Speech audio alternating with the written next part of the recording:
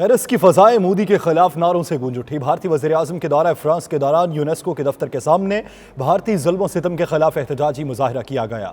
راجہ حبیب کی یہ رپورٹ۔ ہم لے کے رہیں گے، یہ حق ہمارا۔ آرٹیکل 370 کے خاتمے اور کشمیریوں پر مظالم کے خلاف دنیا بھر میں احتجاج کا سلسلہ جاری ہے۔ پیرس میں یونیسکو کے دفتر کے سامنے احتجاجی ریلی نکالی گئی جس میں کشمیری اور سکھ کمیونٹی کی کثیر تعداد شریک ہوئی۔ اس موقع پر کشمیر کی آزادی کے حق میں اور مودی کے مظالم کے خلاف خوب نعرے بازی کی گئی۔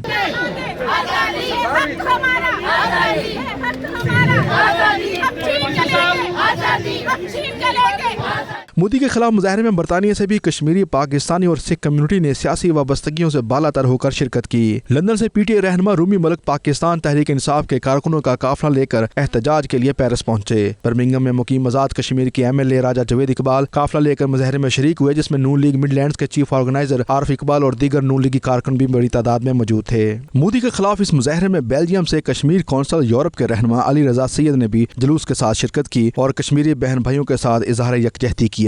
مظاہرے میں شریک لوگوں کا کہنا تھا کہ فرانس اور پورے یورپ کو پیغام دے رہے ہیں جو کہ انسانی حقوق پر یقین رکھتے ہیں، مودی نے کشمیر میں نہتے کشمیریوں کی نسل کشی کی ہے۔ کشمیری، پاکستانی اور سکھ کمیونٹی نے بھرپور احتجاج کر کے مودی کو یہ پیغام دیا ہے کہ جس 35A کو تم نے 370 ایکٹ کے تحت ختم کیا اور کشمیر کی وحدت کو تم نے نقصان پہنچایا، آج دنیا ساری کے اندر کشمیری اور پاکستانی تمہارے خلاف سراپائی احتجاج ہیں۔ فرانس کو، پورے یورپ کو یہ پیغام دے رہے ہیں کیونکہ فرانس میں پورا یورپ ہیومن رائٹس پہ، انسانی حقوق پہ یقین رکھتا ہے، اور نریندر مودی نے انسانی نسل کشی جو کی ہے کشمیر کے اندر، جو ظلم و بربریت کیا ہے، اس کے خلاف ہم آواز اٹھا رہے ہیں۔ سکھوں اور کشمیریوں نے مل کے پوری دنیا کو دکھایا ہے کہ مودی کا چہرہ کیسا ہے۔ یہ ایک بھیڑیا ہے، یہ اس میں اور ہٹلر میں کوئی فرق نہیں ہے۔ مظاہرین کا کہنا تھا کہ بھارت نے کشمیر کو جیل بنا رکھا ہے، 2 ہفتوں سے کرفیو لگا ہوا ہے، بازار بند ہیں، ٹیلی فون اور انٹرنیٹ سروس بند کر کے کشمیر کا دنیا سے رابطہ منقطع کیا ہوا ہے۔ مظاہرین نے اقوام عالم سے مسئلہ کشمیر کے پرامن حل کے لیے اقوام متحدہ کی قراردادوں پر عمل درآمد کروانے کا مطالبہ بھی کیا۔ راجہ حبیب، 92 نیوز، پیرس۔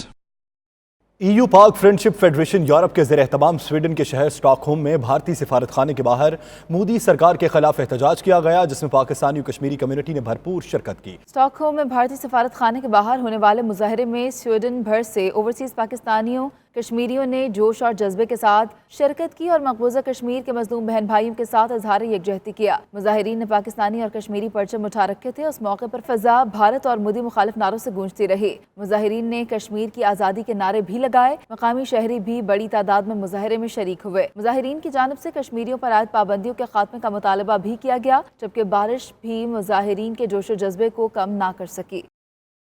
دیگر ممالک کی طرح ترکی میں بھی مقبوضہ کشمیر میں بھارتی بربریت کے خلاف احتجاجی مظاہرے کیے گئے۔ شہریوں نے بھارتی حکومت اور مودی کے خلاف فلش شگاف نعرے بلند کیے۔ عاطف بٹ کی یہ رپورٹ۔ ترک نوجوانوں کی تنظیم انادلو گینچلک دیرنی کی جانب سے کئی شہروں میں کشمیریوں سے یکجہتی کے اظہار اور بھارتی ظلم و ستم کے خلاف مظاہرے کیے گئے۔ دارالحکومت انقرہ میں بھارتی سفارت خانے کے سامنے مظاہرہ ہوا، جس میں بڑی تعداد میں نوجوان شریک ہوئے۔ اس موقع پر انادلو گینچلک دیرنی انقرہ کے صدر حسن کار امان نے کشمیریوں سے یکجہتی کا اظہار کرتے ہوئے قرارداد پڑھ کر سنائی۔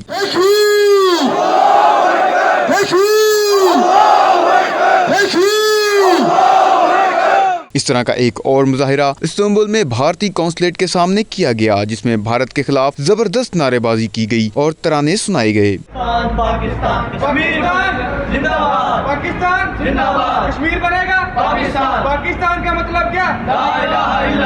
شرکا نے بھارتی مظالم کی مذمت کرتے ہوئے عالمی برادری پر زور دیا کہ وہ مسئلہ کشمیر کے حل کے لیے اپنا کردار ادا کریں۔ میں 19 دن سے اپنی فیملی سے بات نہیں کر پا رہا ہوں۔ میری ماں کیسی ہے، میری بہنیں کیسے ہیں، میرے بھائی کیسے اور کشمیر کے لوگ کیسے ہیں۔ نہ کوئی انٹرنیٹ وہاں پہ ہے، نہ ڈائریکٹ کال موبائل پہ کال جاتی ہے۔ مطلب کہ انہوں نے شٹ ڈاؤن کیا ہے، ٹوٹل لاک ڈاؤن کیا ہے کشمیر کو۔ میں 92 کا شکریہ ادا کرتا ہوں کہ وہ اس وقت استنبول میں کشمیریوں کی نمائندگی ادا کر رہے ہیں، اس کا حق بھی ادا کر رہے ہیں۔ دوسری بات یہ ہے کہ کشمیری رہنما جو کشمیر میں یا آزاد کشمیر میں جہاں کہیں بھی دنیا کے ممالک میں قید ہیں یا جیلوں میں یا نظر بندی کا سامنا کر رہے ہیں، ان کو بالکل رہا کیا جائے۔ آج ہم سب مسلمان سب ملکوں سے جن سے ادھر استنبول میں اکٹھے ہوئے ہیں، کشمیر کی آواز بلند کرنے کے لیے، جو کشمیر میں ظلم و ستم کیا جا رہا ہے، کشمیریوں کا جو ملک سے باہر ہیں، جو کشمیر میں نہیں ہے کشمیری بھائی، ان کا کسی بھی اپنی گھر والوں کے ساتھ کوئی رابطہ نہیں ہے، کسی کو کچھ نہیں معلوم کہ ادھر کیا حالات جا رہے ہیں، کیا ہو رہا ہے۔ ہم سب کشمیر ہیں، ہم سب کشمیر ہیں، ہم سب کشمیر کے ساتھ ہیں انشاءاللہ۔ اس موقع پر ایک قرارداد بھی پیش کی گئی جس میں کہا گیا کہ بھارت فی الفور معصوم اور نہتے کشمیریوں پر مظالم بند کرے اور وادی کی متنازع حیثیت کی تبدیلی کا فیصلہ واپس لے۔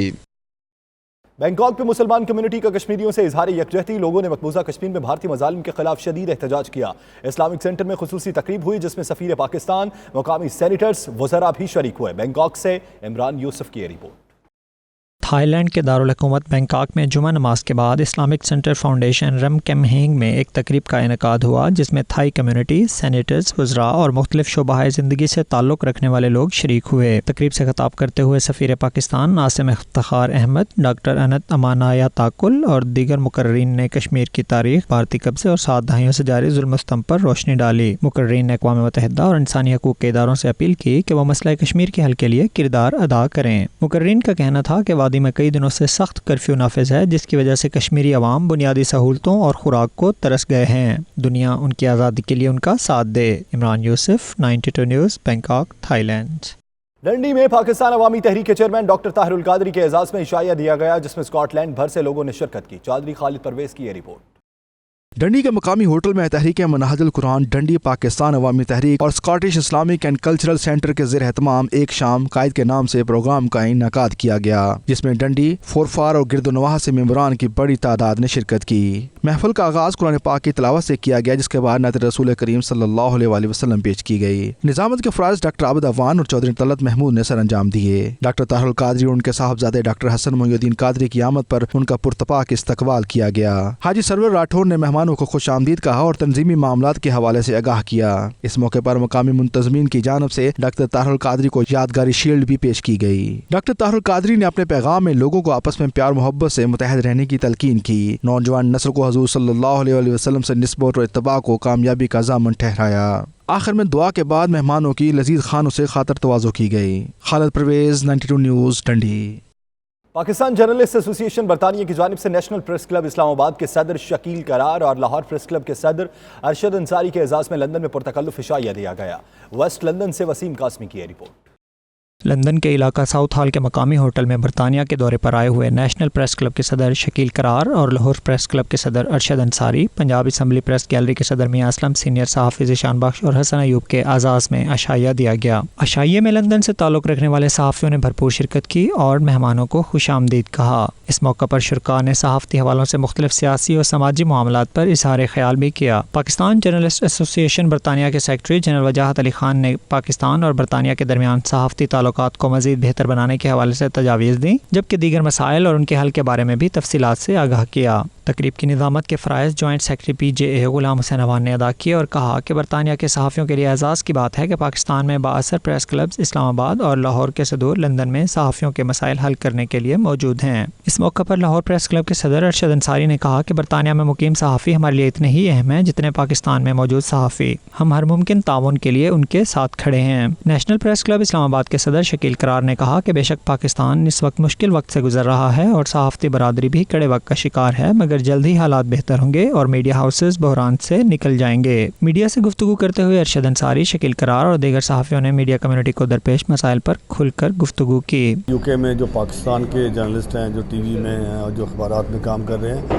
ان کے زیادہ مسائل ہیں، ان کا ہم یہ کوشش کریں گے حکومت پنجاب سے بات کر کے کہ ایک بلاک بنا دیا جائے صحافیوں کے لیے، جو اوورسیز صحافیوں کے لیے جو پاکستانی ٹی وی اور پاکستانی اخبارات کے ساتھ منسلک ہیں، جو کام کر رہے ہیں۔ مسائل ہم نے سنے ہیں، مزید مسائل بھی سنیں گے دیگر شہروں میں جا کے کہاں پر ان صحافیوں کو کس قسم کی حالات کا سامنا ہے، اور جہاں تک ہم سے ہو چکا نیشنل پریس کلب کی سطح پہ تو ہم ان کے مسائل کے حل کے لیے فیڈرل گورنمنٹ سے بات کریں گے۔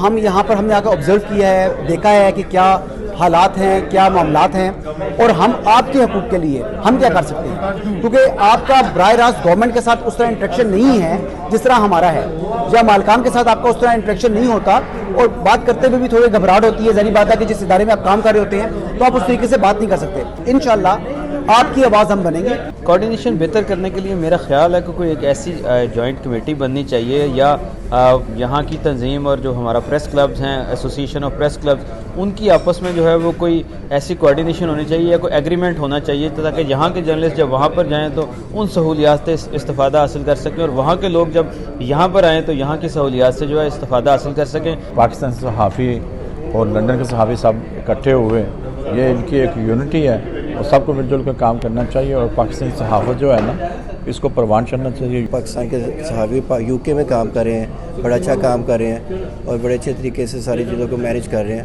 اور مجھے بڑی خوشی ہوئی پاکستان کے صحافیوں سے مل کے. Thank you very much. عشائیے میں سینئر صحافی ودود مشتاق, زاہد خٹک, وقاص احمد, راجہ فیض سلطان, وسیم قاسمی, رانا بابر اور عمران مرزا نے بھی شرکت کی. آخر میں پاکستان جرنلسٹ ایسوسیشن کی جانب سے معزز مہمانوں کو تعریفی اسناد بھی پیش کی گئیں. Waseem Qasmi, 92 news, London.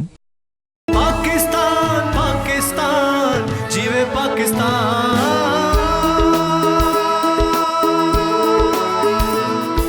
پاکستان پاکستان جیوے پاکستان. سعودی عرب کے شہر دمام میں پاکستان اوورسیز کمیونٹی کی جانب سے یوم آزادی کی مناسبت سے تقریب منعقد کی گئی, جس میں سینکڑوں کی تعداد میں مرد و خواتین کے علاوہ پاکستانی سفیر راجہ علی اعجاز اور دیگر سفارتی افسران نے بھی شرکت کی. عمیر علی کی یہ رپورٹ.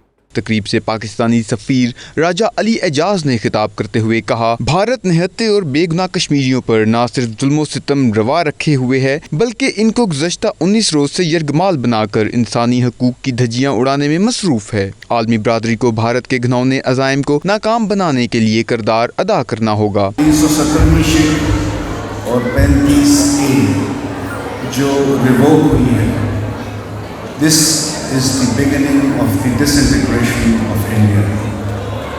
اور انشاءاللہ وہ دن دور نہیں ہے جب یہ پیک آف فالنگ کارڈز ہے جو ایک سرے سے شروع ہوگا اور انشاءاللہ ہندوستان ٹکڑے ٹکڑے ہوگا. پاکستان اوورسیز کمیونٹی کے صدر جواد احمد کا کہنا تھا کہ تقریب کا مقصد سمندر پار پاکستانیوں کو وطن سے محبت کے اظہار کے لیے اکٹھا کرنا ہے.